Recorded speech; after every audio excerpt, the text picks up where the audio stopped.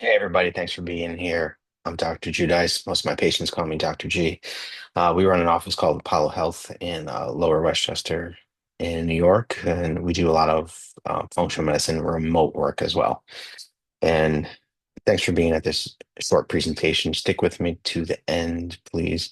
And we're going to go over the smarter, natural way to reclaim your health and why normal labs, quote, should be in quotes, don't mean normal health. We're going to go through that here. I think that should resonate with you.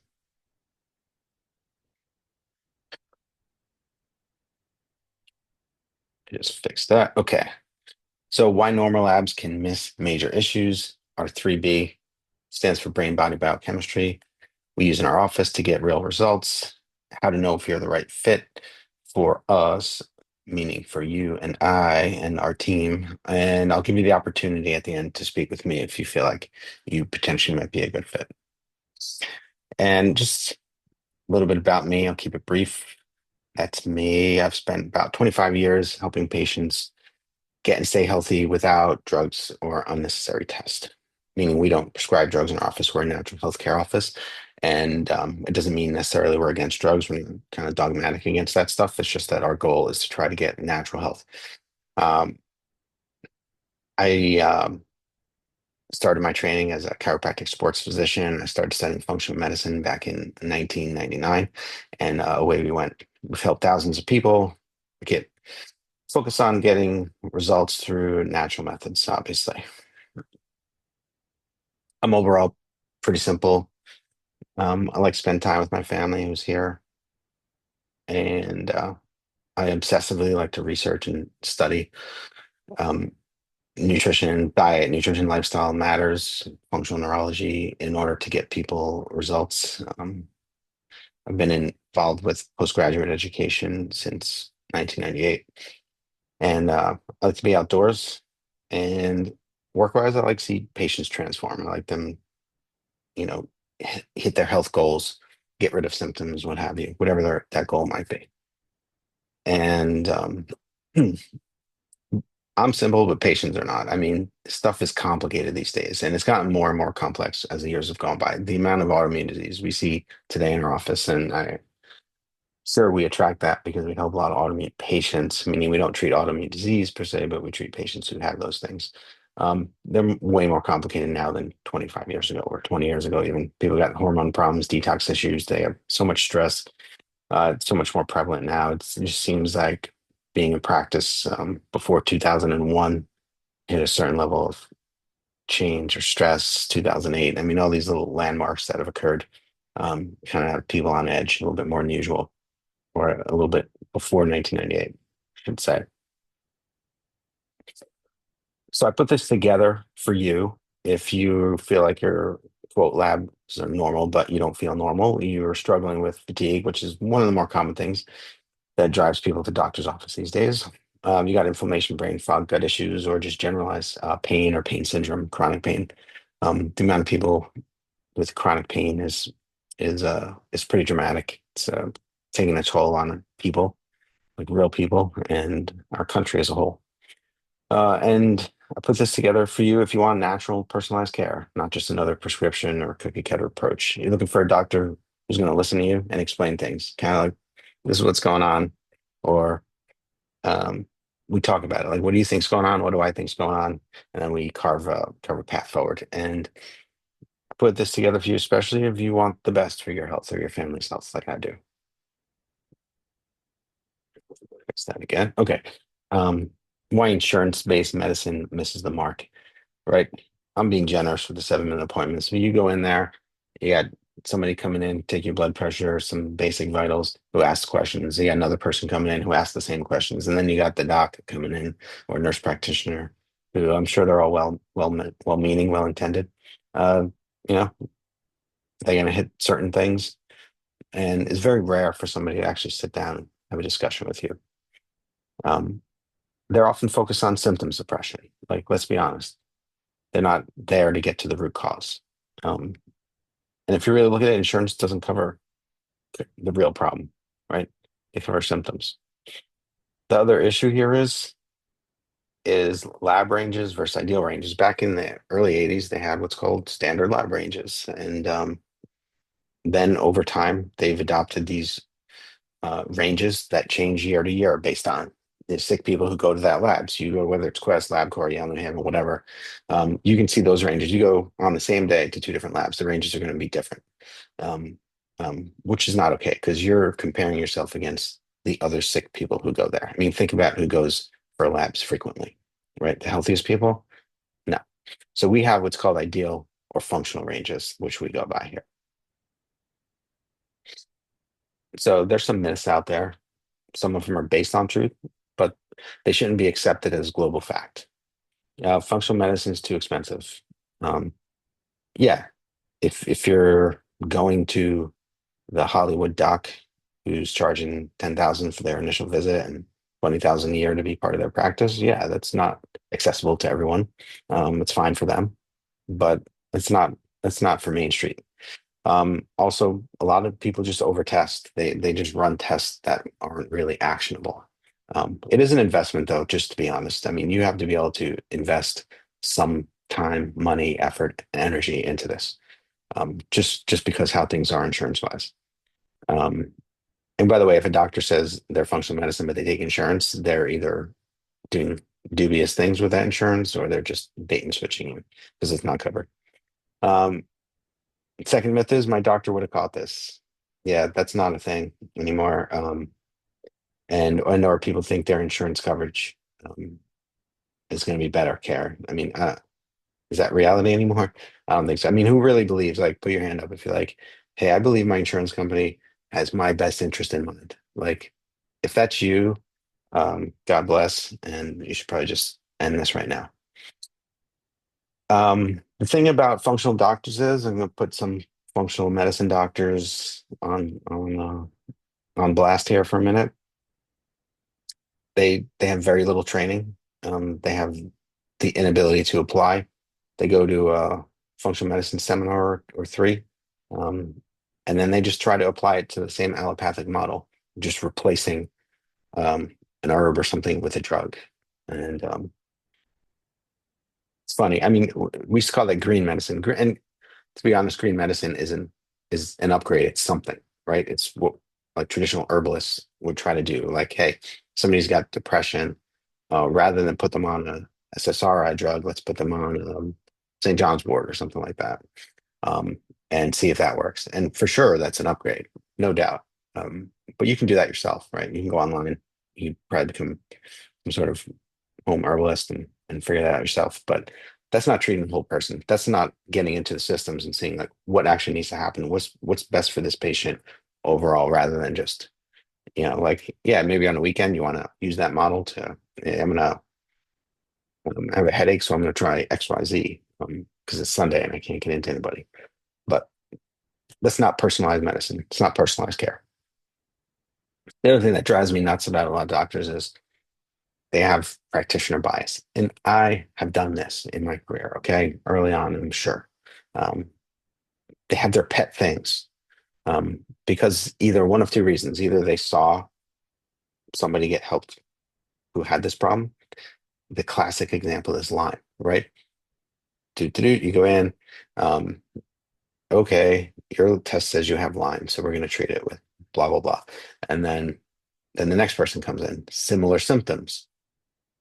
Maybe it's Lyme, maybe not. They run the test, not Lyme. Oh, the symptoms are the same, so we're going to treat it anyhow, right? It's like their pet thing. It's classic. There's people around who do this. Or everyone has mast cell activation. This is another one. Everyone's got that. Test is negative, histamine, tryptase, whatever. And oh, you don't have that? We're going to treat it anyway.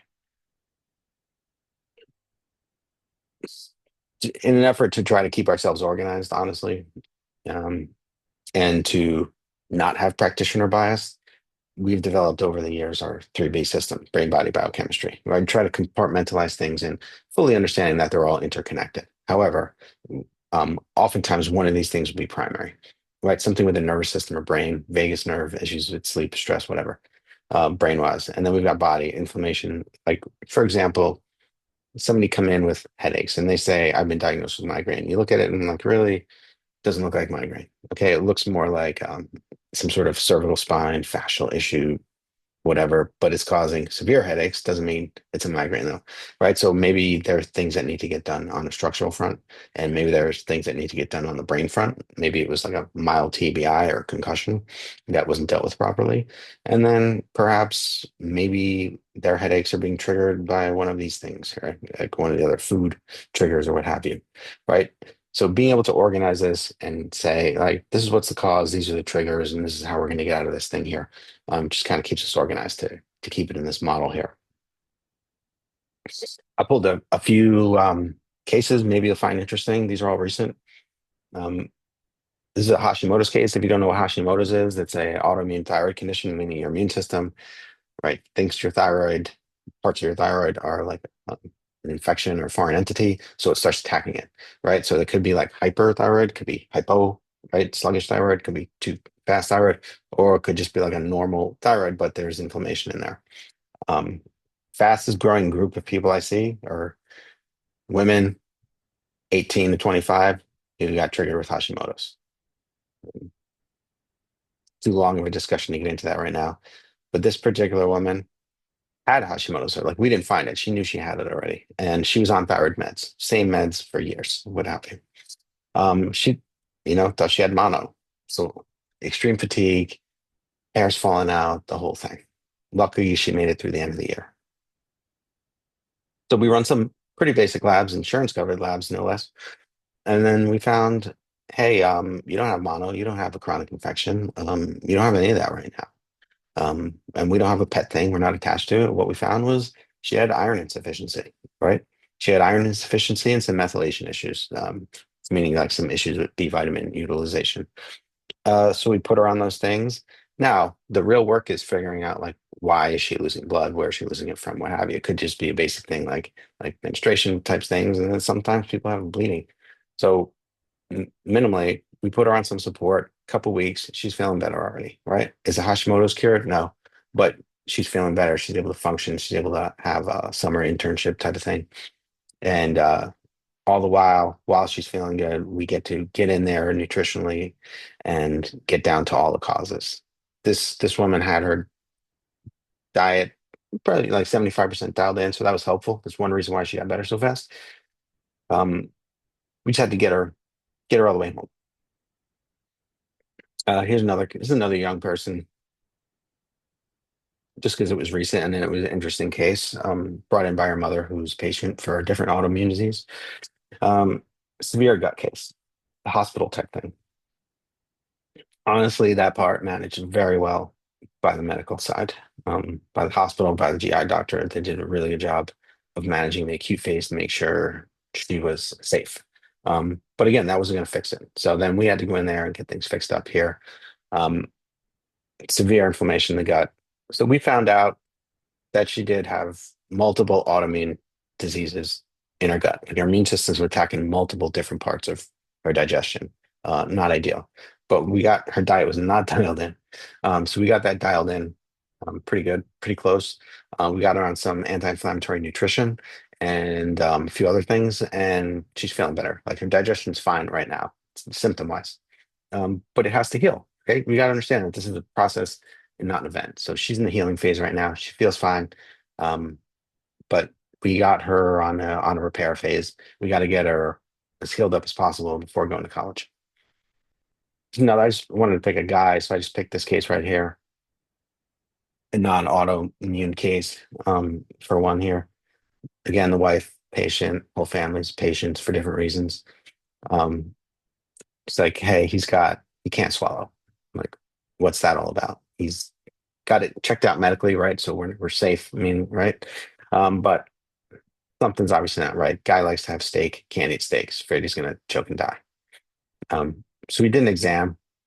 We found that his palate is basically paralyzed on one side, which is why when he initiates swallowing after the chew phase, the involuntary reflex is not kicking in, so it's just like hanging out in the back of the throat. So we're like, you didn't have that before. Why did that happen now? So we ran some labs to figure out like, hey, what could have caused this thing? Often these things are infectious in nature. In the meantime, in the office, because luckily he's local, Otherwise, we would have sent him somewhere to get this done if he was remote. We did some vagus nerve stimulation. So that started functioning a little bit better straight away. We got the labs back. We found that, hey, this is likely viral in nature. We treated that aggressively. And then within a few weeks, he just got better. Now, there's other things on his labs that we're going to work on long term, which we continue to work on just to get him optimized because he's the kind of guy who wants to be healthy long term and not just get rid of a symptom. We deal with a lot of complex cases as well. I like some easy ones, but the reality is we got a lot of complex cases too that do require advanced lab testing and do require non-insurance covered labs, right? But we do it judiciously, meaning we're purposeful. We rule out red flags, and then we keep their goals in mind and say what's going to be actionable. I mean, in most cases, you don't need $3,000 lab panels, or you definitely don't need a cookie cutter approach or a protocol. I mean, like if you if you come in looking for a protocol, it's not reality. Unless you have no symptoms whatsoever, your labs are clean, and you're like, I just want to do a detox. Like, cool. Then do a cookie cutter approach. But people need personalized stuff these days. It needs to be thoughtful approach to supplementation. I am a supplement guy. Don't get me wrong. I'm not saying you don't need supplements because I think the way the world is right now, the way our nutrition is, you need supplements. But basically, we try to be thoughtful about it. Meaning, I'll give you an example. We do something called challenges. We have like I think 12 different challenges at this point, which really can help people quickly and then rule stuff in or out because there's not a lab test for everything, right? There's a lot of lab tests out there, but you can have a lab test for everything. So, for example, somebody could be inflamed and fatigued. Let's say they're chronic fatigue or what have you. Um, we're gonna send them out for labs, but it might take a week and a half, 2 weeks for me to get them in and start reading them and then figure out what's going on. So we might start a challenge. So let's just take an easy one, an omega-3 challenge, right? We do is called an omega-3 challenge and see if that starts to manage your inflammation, right? And if it does, awesome. We know that that mechanism is in play. And if it doesn't help, we know we just ruled out one mechanism that's not in play for very cheaper than it would cost to do a lab test to do an omega-3 challenge. Um, you need a system. There's always an art. There's always a little bit of guesswork in here, honestly, but you don't need to guess your way through this. We have enough data on somebody's labs and somebody's history to get things into a systematic approach. Right. So, by the way, I really appreciate you sticking with me through this here. Um, I know I don't like talking head videos running through slides here much, but I just wanted to get some information across to you. So, but if you are the type of person who is ready to make change, sorry about that, and willing to make change, right? Sometimes people want to make change, but they're just not there. They're not ready. They don't have the spousal support or whatever. I mean, I understand. Um, if you understand this is a process and not an event, right? It's just not reality anymore. You got to be willing to invest into your future health, right? Time, energy, money, the whole thing. You got to be willing to get that investment going. Um, if this is you, if this resonates with you at all, if it doesn't, I'm sorry, I hope you're not offended. But if it resonates with you, then feel free to book a call. We don't do this in my office, do free calls like this. But before we waste your time either coming into the office or doing the whole protocol with somebody, we like to say, hey, is this person a good fit? Because not everyone's a good fit. Okay. Um, I don't really have the time to take everybody in the office. Our office is full most of the time. Um, but again, I'm just obsessed about this. I like helping people, and I want to make this accessible to more people. It'd be not so exclusive. But if this is you, if this resonates with you, feel free to book a call below. We don't do this again in the office. I value my time. I value your time. I'm not going to waste your time with a bunch of garbage on here. And I just expect the same from you. So if you're not a good fit, then don't book a call. Right? Maybe bookmark it for later when it is a good time. But hey, if it is a good time, right? They say the quote, best time to plant a tree is 20 years ago. The second best time is today. I believe that. I think about that quote every day. Um, we're just doing our best to create generational health for you, for your family. So we want the best for you, and I look forward to speaking to you if this is resonating with you. And just click the link below, and we'll set it up.